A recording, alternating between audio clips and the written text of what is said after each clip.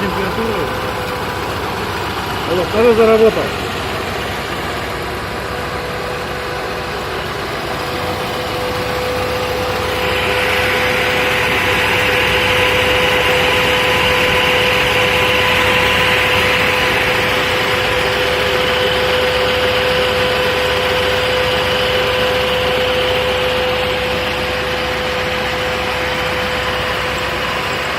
Давай, холодильник, готовый холодильник.